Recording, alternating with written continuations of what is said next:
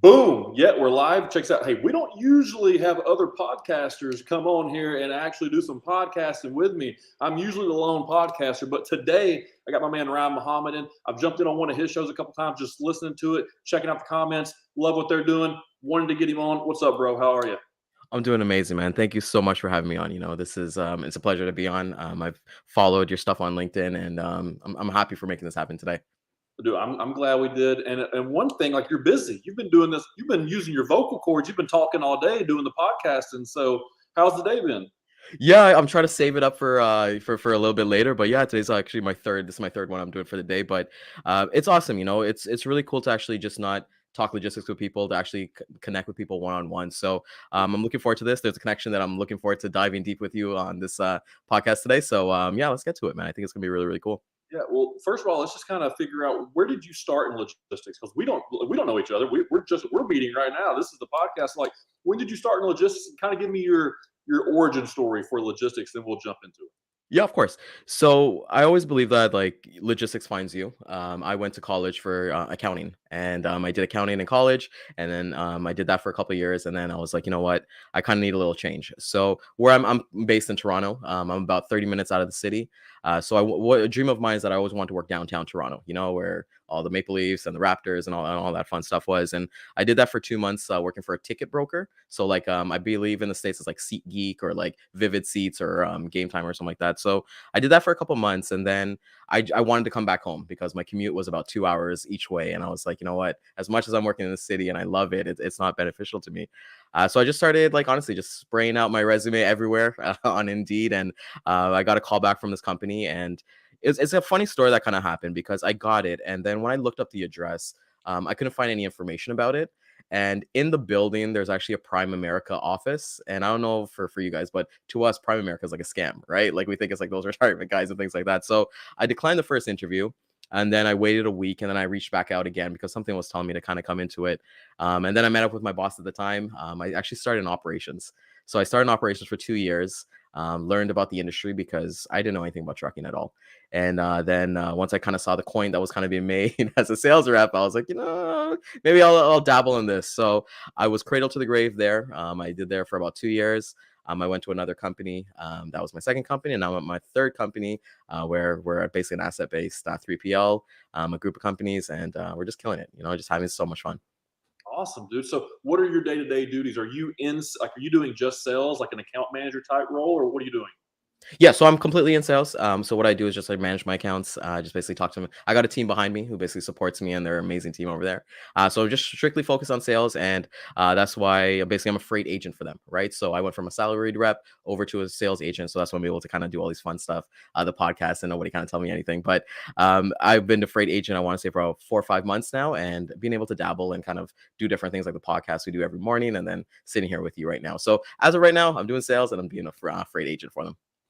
Awesome, dude. So you have now, as an agent, are you able to pay people out of the margin you make and just kind of support them, or is it like a back staff that just kind of handles all your stuff once you bring the freight into the system? So it's the opposite. So it's basically I bring in the accounts, and these guys are basically getting paid to kind of manage it.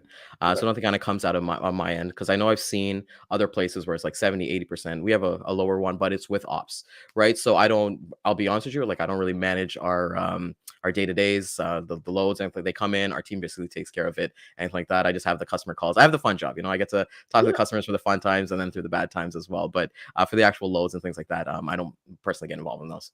When they, as far as selling, or is it more pretty much like outbound calls and emails and doing it from inside, or do they pay for you to go out or is that on your own dime? Yeah, so it is on my own dime since I became an agent, but for me, it's kind of funny. Gonna you said that like the first job that I had in this industry, I never met a customer. In the 4 years I was there, we were strictly cradle to the grave, strictly transactional, and that's how we kind of based it. And I was successful. I would say that. So there is a conversation for both sides to be handled. So for me, it's more outbound. I actually do a lot of video. I think video for me is my biggest social selling that I do. Before I kind of got into the podcast, I think I hit 2 months there.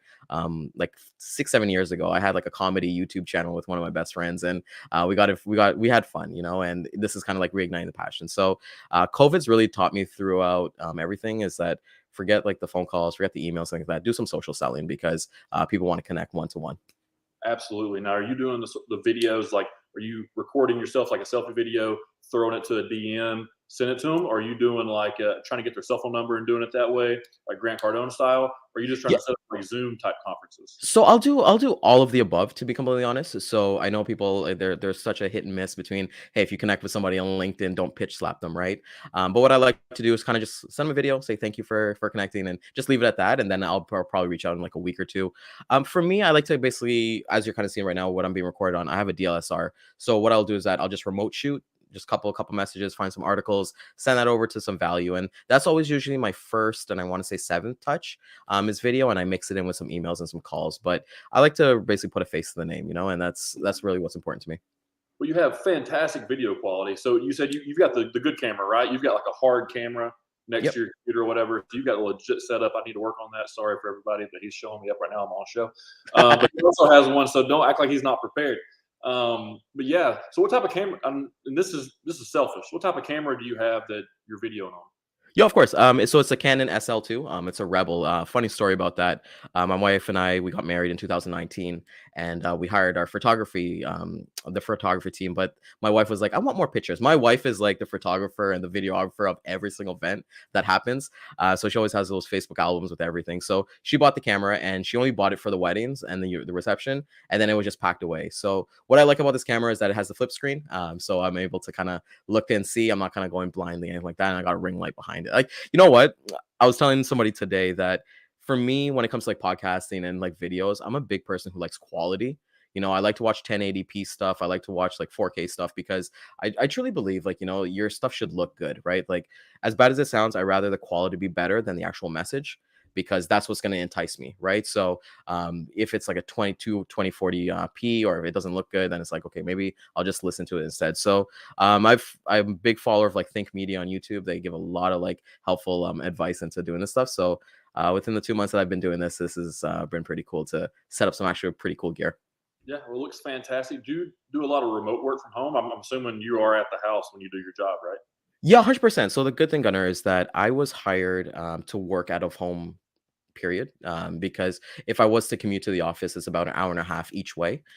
So for me, it was always strictly about, hey, working from home. And that was such a challenge for me because I don't know how other people kind of dealt with it because, you want to stick to a schedule. I'm a big person. I need to have everything kind of scheduled, right? I can't really have that freestyle time of like, or I'll fall off, right? That motivation or anything like that. So for me, working from home it's had its ups and its downs, but I've kind of perfected it in the 3 years. So it's kind of cool talking to people and asking, hey, are you working from home because of COVID? It's like, no, well, I've been working from home prior to COVID and just enjoying the time. Like, I got 3 dogs. I'm big into dog rescue. So being able to spend my time with them instead of dropping them off at a daycare or creating them for the 8 hours would be punishment for me. All right. So what type of dogs you got? You got three of them. What do you have? Yeah, I got 3. So I'll start with the youngest. We got Jackson. He's a year old. He's a golden retriever.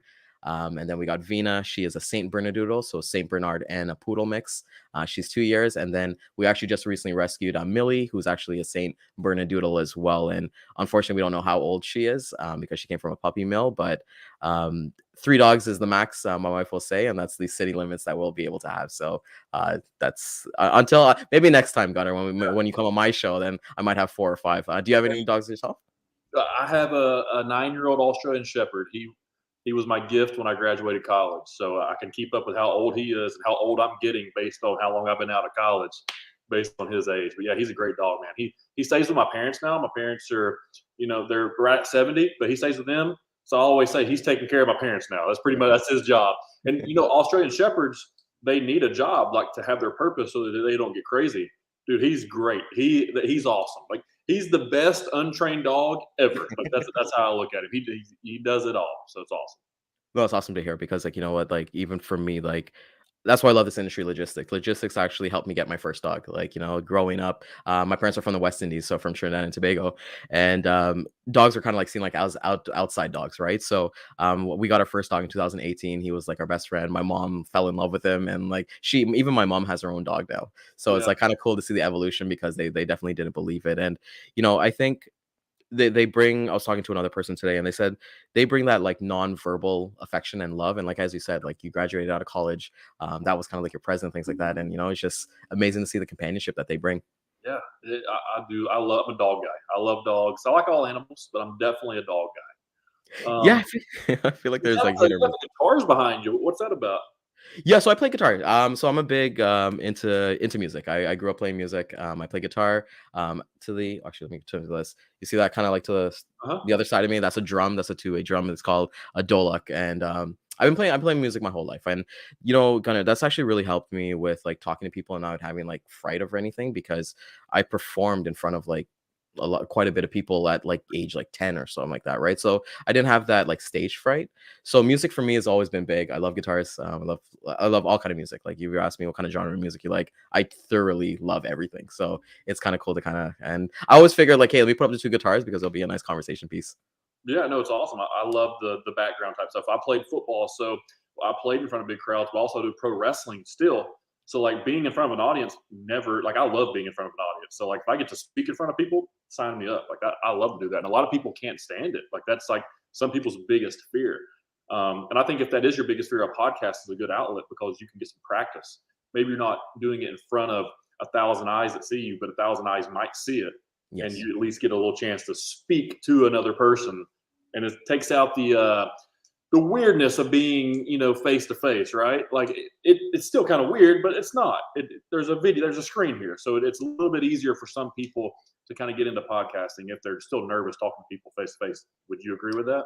Yeah, I would definitely agree with that. And I think for me, even I'm ongoing. Like I'm not an expert by any means at all. And like things that I'm consistently working on is like getting rid of like the likes and the ums and the and see, I just said it again. But it's those like things and it's practice, right? And nobody kind of like I like to watch a lot of like Ed Milet and what's his face? Love it. Jay Shetty. Those are two guys that I love watching. And it's just the way that they're able to captivate people. I like Andy Frisella as well. I saw your video on the 75 hard. I'd love to kind of get your thoughts on it because I Yeah. tried and then Thanksgiving in Canada came up and then oh god, I just fell off the wagon from there. But I think it's like a really important. I think everybody the cost to even start it is very minimal. I think everybody should try it, and it's cool. And I'll ask you this, Gunnar, because I know I'd love to learn about your logistics career as well.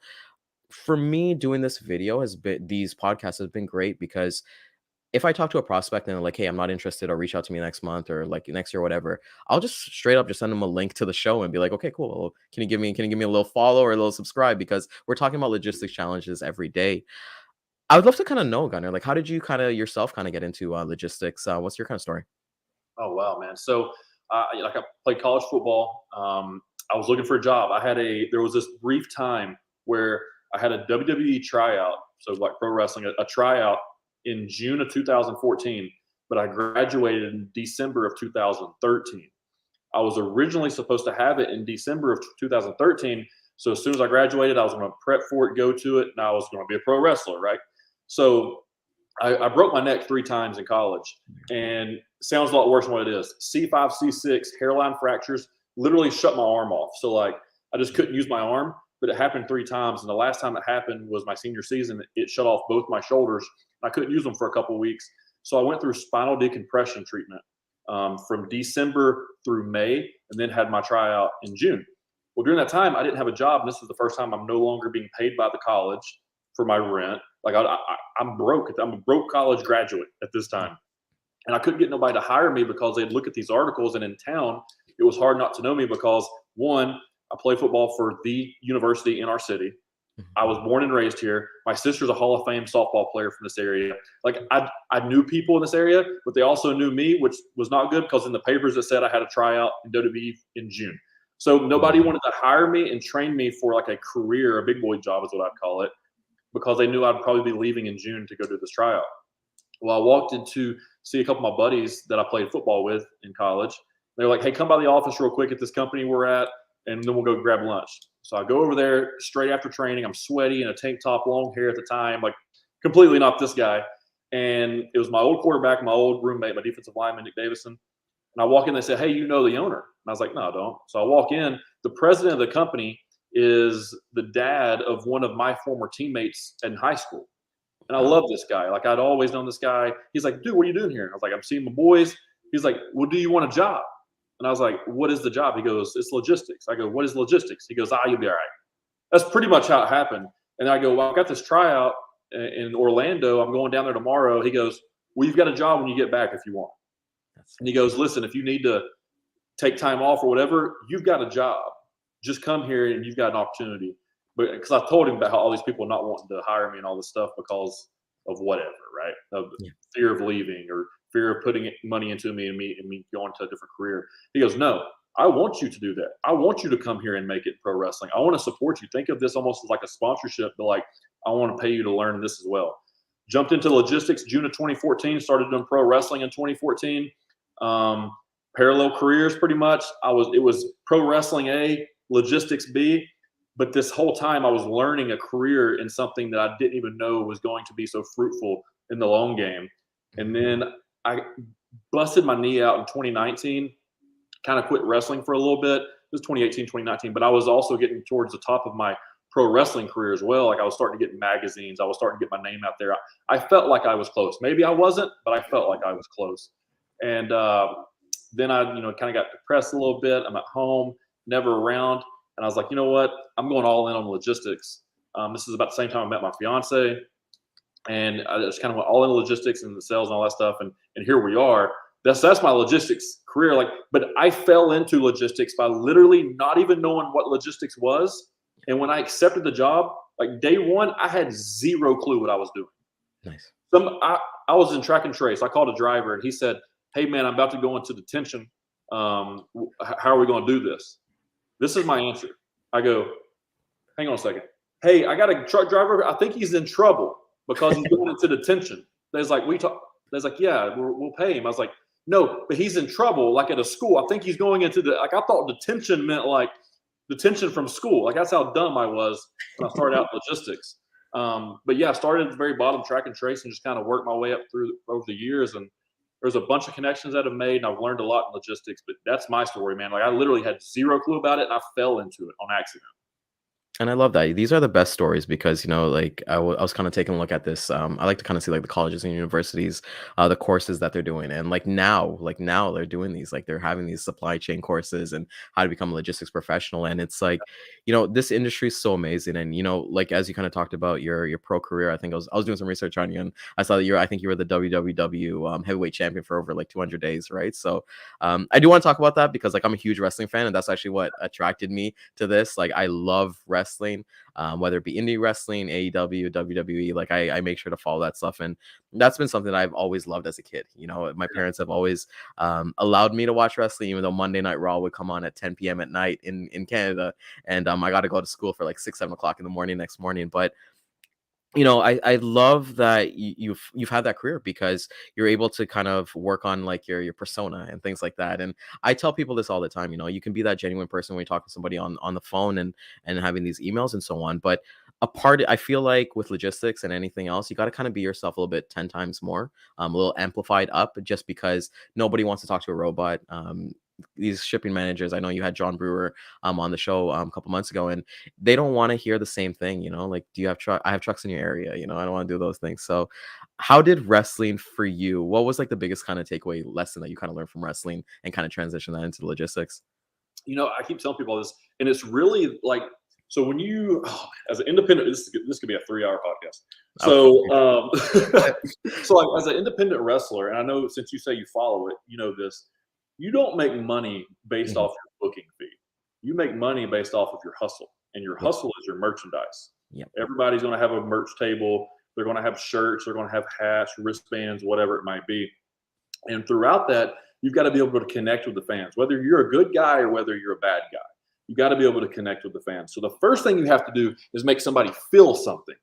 And the people, they're smart fans like you now. Like you hear them like smart marks, right? But like wrestling is now smart fans. Yep. So you have to be careful. You have to play. You have to be simple enough to where the average fan that never comes to a show understands the story and gets the emotion and gets the feeling. But you have to be smart enough to be able to get the smart mark as well to hook him and be like, man, I didn't think that was coming. I didn't think that falsely was coming. But when you get that connection, however that is, whether that's in a promo, whether that's in a move or a psychology or whatever it is, it's the eye contact in the crowd. Like getting that emotion that you want out of a person in a crowd of 1,000 is really hard to do. Now, when they come to your merch table, they get to know who you are, why you're doing it, learn your backstory, and now you've got them hooked. So now when you're making outbound phone calls or outbound emails or you're in person with somebody, what's the emotion that you need? How do you get them to feel what you want them to feel so that they come to your merch table and start asking you for a little bit of freight or for some services or for whatever it is that you might have? Why would they want to get to know you a little bit better than the other wrestlers? Why would they want to get to know you a little bit better than the other freight brokers? What are you saying to get them to feel something? So a couple of months ago, I was like, you know what? I'm going to pro wrestling logistics. I'm not going to be Mr. Professional on logistics. I'm going to come on here. And first of all, whether somebody knows it or not, I'm starting an angle. There's going to be a bad guy and there's going to be a good guy. And I'm going to make people feel something. And once you feel something and want to come get to know me, then we'll have a real conversation.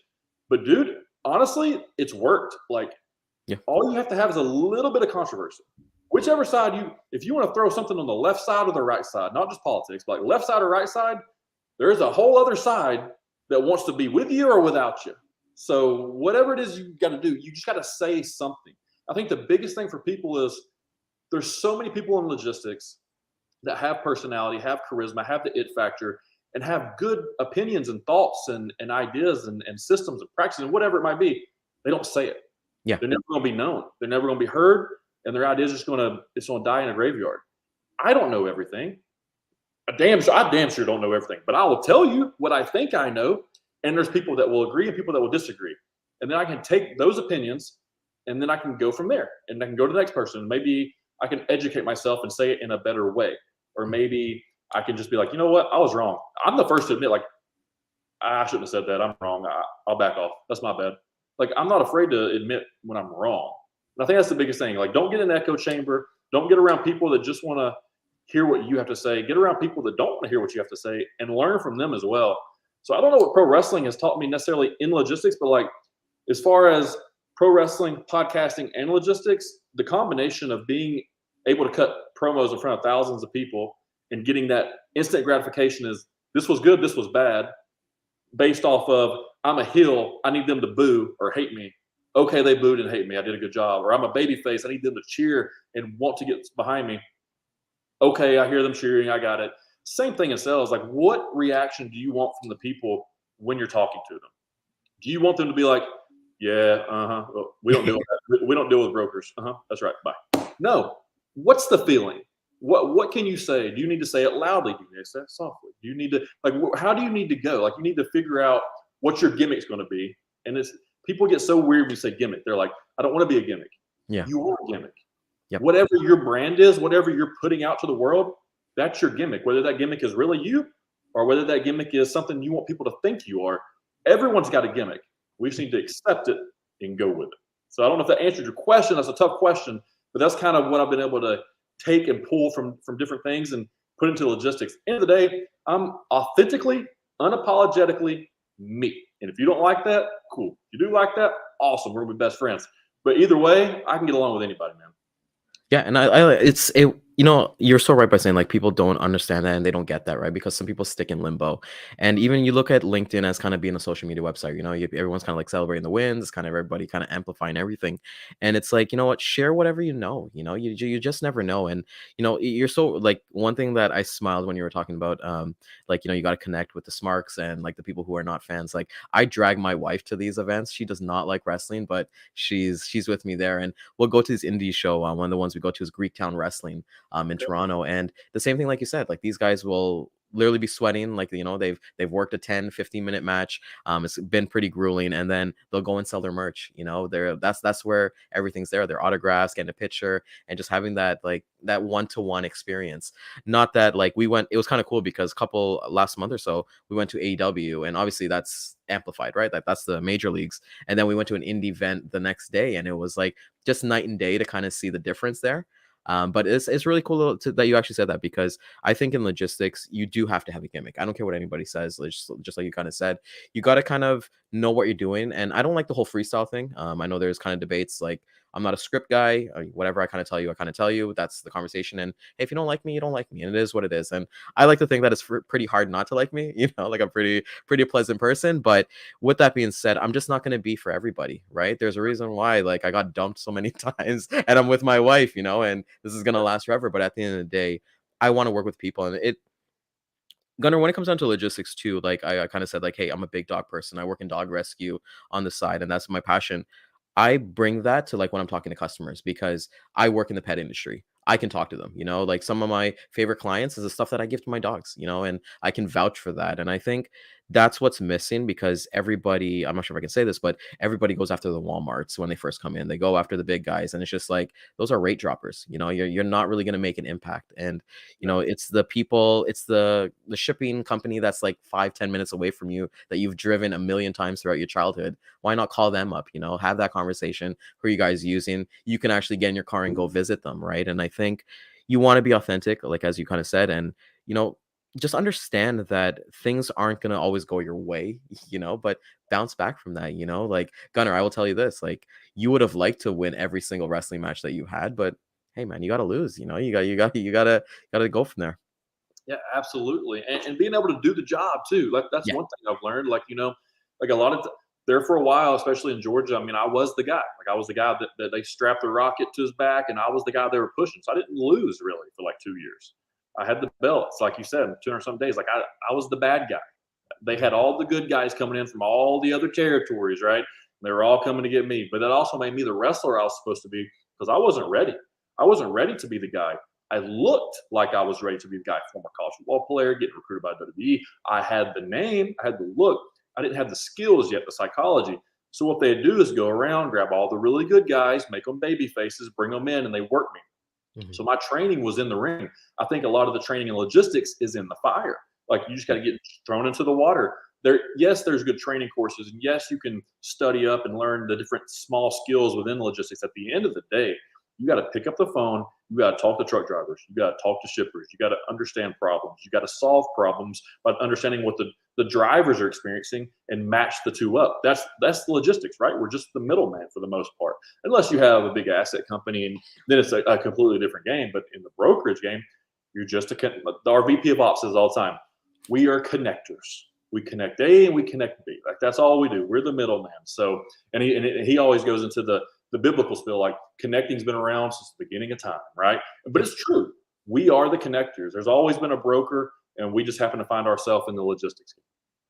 Yeah, and I like that you said that because like I was taking a look at it and telling my wife, like, some of the most successful companies now, they're all brokers. You look at Uber, you look at Airbnb, you look at like I think Alibaba and stuff like that. Like they're basically the middleman, like Uber doesn't own any cars, Airbnb, they don't own any of the houses. And it's better that way to kind of have that that one-to-one. So anytime I kind of see posts like like they talk about like automated trucks and hey, is this going to phase out brokers, and you see how Uber Freight is doing and all those other companies, and it's like no, there's going to be more of a need for it because people want to deal with people, they don't want to deal with technology or computers, right? So um it's awesome that you kind of said that because you always gonna always want to be on the other side of it too. You kind of mentioned like you're gimmicky in terms of like hey, what's your persona and things like that. I'm interested to know because I'd want to kind of do that myself too. Oh, yeah. Have that gimmick and kind of what made you like do that? Dude, literally, I was sitting in the office one day, and we were just saying a bunch of stuff, and I've been listening to like Gary Vee. I'm a big Grant Cardone guy. You know who Yes. Grant is? Yeah, I love Grant. Yeah. So we purchased Cardone University when we got our sales group, and I went down to the business boot camp. It was 3 days in Miami of listening to him speak and all of his people speak. I mean, I'm literally he's walking up the rows, and I'm 10 feet from him, listening to this guy just pour to people. And then I go, okay, a lot of people think this guy's a scam artist and just out there for clout and just pushing this big message, right? No. Yes, maybe. That's his brand. That's how he advertises. Yeah. But if you just get that guy in front of a group of thousands of people, he can bring anybody on stage and say, hey, let's role play in any industry and murder them. Like he's just that smooth when it comes to sales. So like I got to listen to this guy, and this guy's talking about branding, being everywhere all the time, Yeah. being in every different type of vehicle, whatever social media it is, And if you're like a professional looking for money, LinkedIn, like that's where you need to be. He said you should be on LinkedIn all the time. So I was like, all right. So I'll get on LinkedIn all the time. So I started posting and nobody's really responding. I'm just That's the being thing. very bland, right? I'm like, Yeah. okay. He made us post a video from this thing. He's like, everybody get up right now. Your homework is take a selfie video, post it on LinkedIn. I don't care. Quit Yeah. caring. We don't care anymore. Just post and go. And I was like, maybe that's the thing. I don't care if I get likes. I don't care if I get comments. I don't care if I get anything. I'm just gonna start posting, see what happens. Started doing that. A small following started happening. A bigger following started happening. Now there's almost like a little community around just my brand on LinkedIn, and that community is really cool. Now that community comes down to Freightways for the event, and I'm starting to meet guys from there. Now that community, whenever they roll through Chattanooga with their truck drivers, is like, hey man, if you're in Chattanooga when I'm driving through, I'd love to grab lunch with you. Now that community like wants to help with things. It's like, okay, well, I don't know much about drayage, but my boy over here does. Yep. He works at another brokerage. Let me just call him. He'll give me all the information, like he's giving me everything like, this is exactly what I would do if I was doing this load. Okay, cool. Well, I don't know X and X. I'm gonna call this guy because that's his specialty. If you build up a community of people that know how to do things you don't know how to do, but you're also good at the things you do know how to do, man, you can really blow up pretty quick. And I feel like that's what LinkedIn can do. If you build your gimmick around what you are good at. What are you good at? Are you good at connecting? Are you good at communicating? Are you good at sales? Are you good at a certain thing inside of logistics? Whatever it is you might be. I feel like for the most part, I just like to interview everybody. I want to interview every single person in logistics that I possibly can and take something from them. Whether that something is good or bad, I learn. I learn to do, I learn not to do. Either way, I just want to learn from everybody I can, possibly in logistics. That's why this conversation is happening. That's why a lot of the conversations that have been happening in the past have happened. And I think people see that it's genuine. And I really do want to learn. Like, all this is a conversation that's happening in a public forum. This is for me and you. This is not for anybody. If somebody grabs value from this, fantastic. That's great. Share it with somebody. Subscribe if you would like. Comment and we'll answer the question. But at the end of the day, I'm getting to know Ryan right now. Ryan's getting to know Gunner, and we're asking each other questions. It's just a conversation.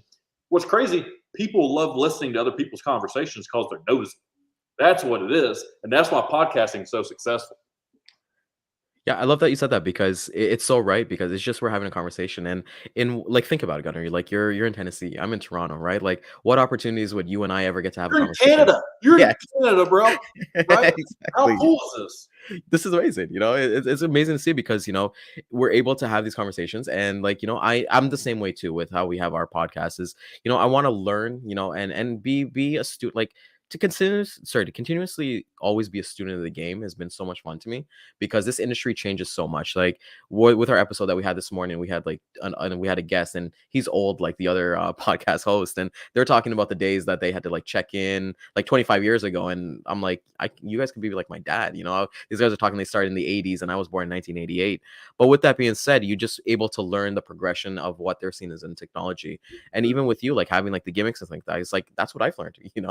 I can't wait to actually go try this out, to have that that following, because like you said with the whole Grant Cardone thing, I was like that. I have a pretty decent following on Instagram, but that's just my personal brand, my stuff, my wife, my dogs, the dog rescue stuff, my music, all that stuff, right? And then when I was getting I'm not aware of a lie, but I get 200 400 likes on a post, and then I go on LinkedIn and I make a post and I'm like, oh, okay, I'm twiddling my thumbs. I'm like, okay, there's 100 views and 5 likes. What the hell am I doing this for? Right?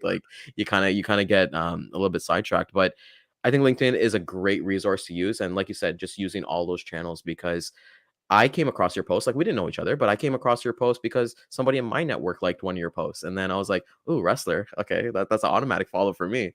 And then we kind of connected. So you just never know from there. What's one of the biggest things that you've kind of learned, lessons, from your past guests that you had on your show?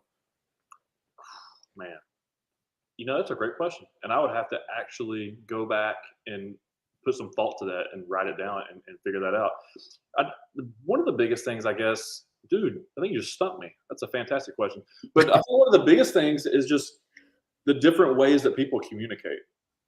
I've had people on my show. See, I also have an in-studio show that I ran for right at 2 years, and the studios went away now.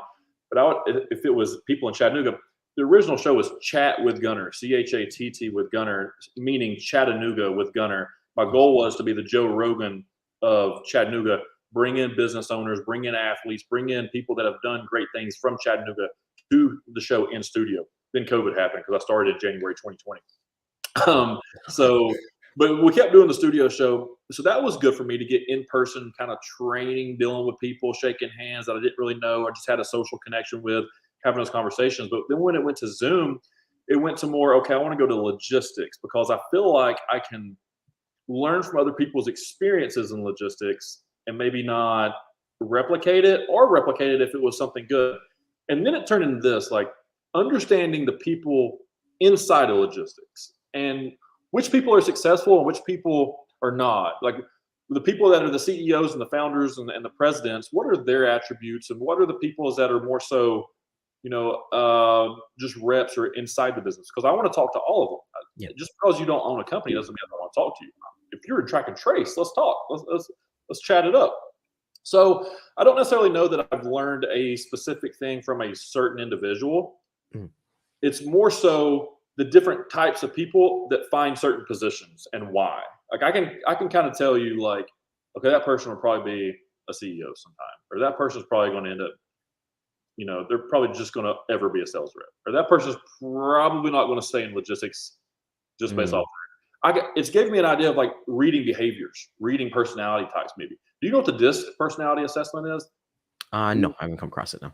So like the DISC personality assessments, like, DISC, like it gives you different types of personalities for each letter is like a dominant, like I'm more of like an SI, like I'm a social influencer type. Those are your salesy type people. You got your Ds, which are going to be more of your CEO, your founders. You got your Cs, which are more of like your numbers, your analytical type people. Trying to figure out who has which one of those in their personality, and then go in that direction. It helps you lead the conversation. So I would say, that's a great question. I would say that I haven't learned too much about logistics. I have from certain people in here, but I've learned how to carry conversations with the people I'm talking to based off of all the personalities I've dealt with in logistics. Does that answer your question at all? I just rambled. Yeah. No, not at all. No, that's not rambling at all. No, it's good to know because like it's being able to, as I kind of say, it's like being able to have a conversation with the janitor, right? At the end of the day, you want to be able to, you just don't want to be having conversations with the directors or like the CEOs or anything like that, because their story or their struggle is going to be a lot different. And for me, I look for stories where I can resonate, like, and that's why I always like to kind of ask people, how did you guys get into logistics? Because I've never met anybody who is like, hey, I went to school for it, I did it, I'm in it. It wasn't like that. It's just logistics found them by sheer luck. And I could tell you, Gunnar, I'm pretty sure you're the same way too. Like, I will never leave logistics. There's no reason for me not to. It's given me so much. It's given me a home. It's given me an amazing marriage. It's given me so much that I'm grateful for every day. That I couldn't see myself working a corporate job again. Maybe getting a 2% raise every day and then having to be that 9 to 5 or anything like that. It's just giving me that flexibility and that work-life balance. I on the show, Gunnar, I like to talk a lot about habits and like work-life balance. That's big to me. I know you have some news. You were kind of telling me a little bit off air and things like that. But what does work-life balance kind of look for you? What is like logistics giving you from there? Because you went from, hey, let's say you didn't have that injury of being a wrestler, you're going to be on the road like 365. Like these guys are not 365, but you're going to be on the road pretty often. Great question. So when I was doing logistics and pro wrestling at the same time, a logistics schedule. Like I was a broker for another company. So I mean, dude, I was working, God, 40 hours minimum, but we're looking more towards like 60, 70 hours a week, Yeah. probably, right? After, you get in at 7, you leave at 8, 9. If a hurricane hits, you might not even leave. Like you never know in logistics. And then I would work usually a smaller show around here on maybe like a Thursday or a Friday. Then I'd hit the road for the weekend. I'd be going Saturday, Sunday. I could be anywhere from, I'm in Tennessee, like from my loop was like DC, Chicago, North Carolina. I did a little bit of Tampa, mainly Atlanta. I rarely did shows in Chattanooga. So I was kind of around. So I was busy. And the times that I would go to DC, I would get in early Monday morning. I wouldn't even sleep. So the days on Sundays that I went to DC, usually the last Sunday of the month, I would wake up early. I would drive to Charlotte.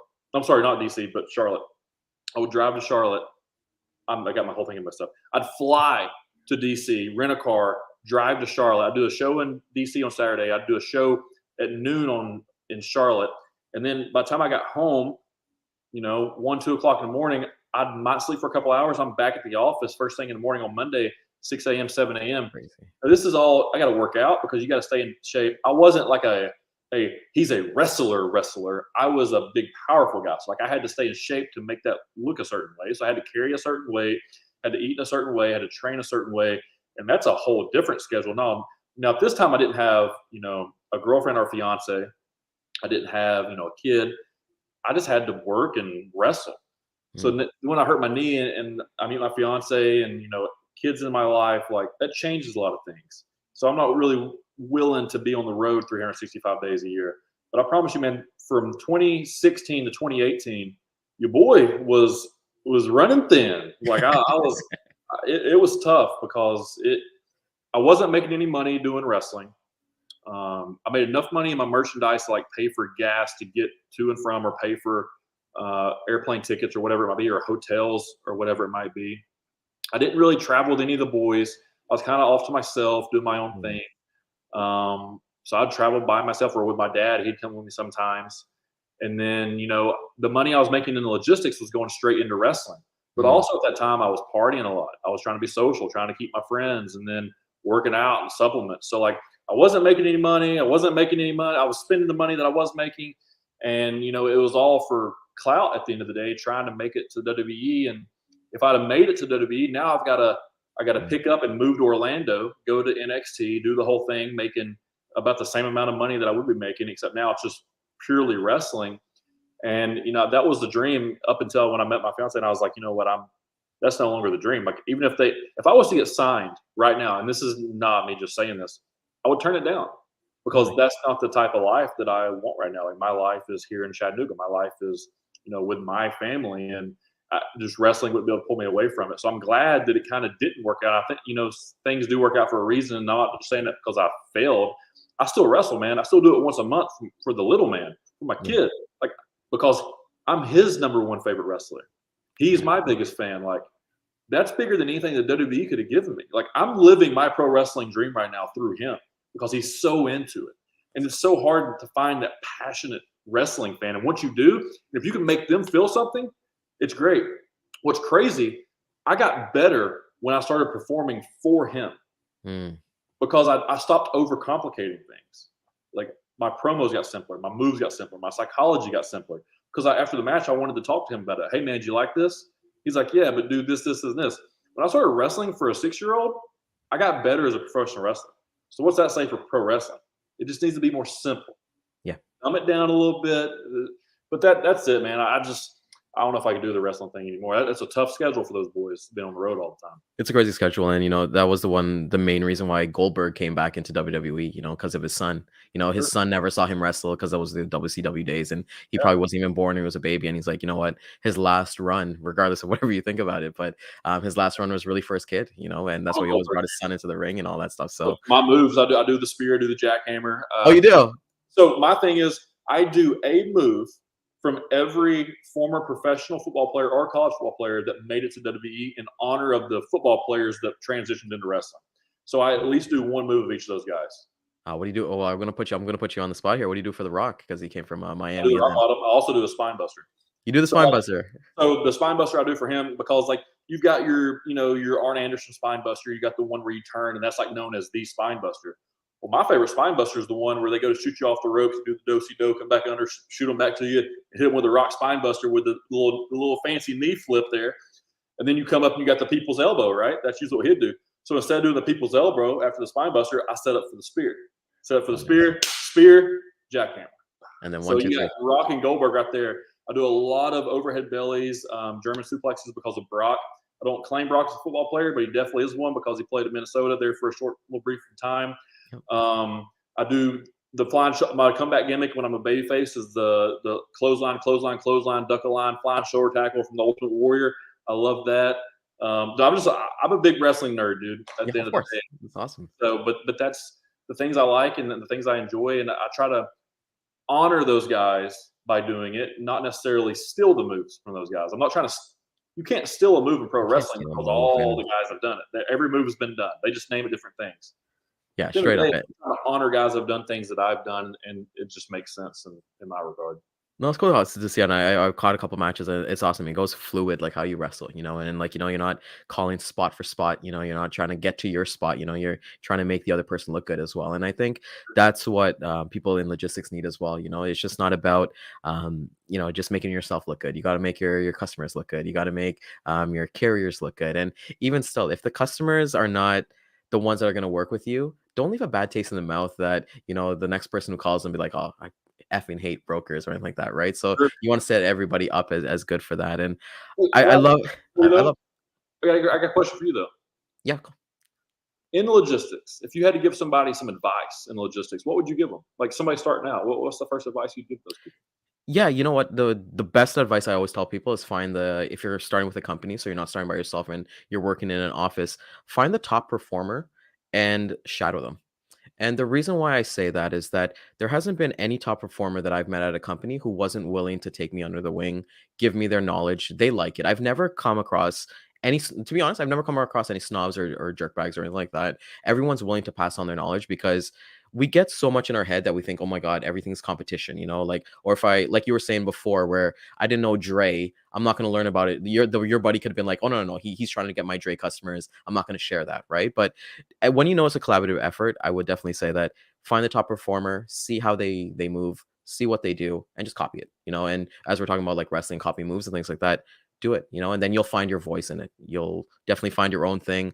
There's sometimes that I've seen some top performers, and I'm like, okay, I'm going to take this from this person. I'm going to take this from this person. I remember Eugene, the former WWE wrestler. He used to take wrestling. He used to do stunner and then the rock bottom, all that fun stuff. But it's really important to do that and then develop your voice. I think that stuff should be done first.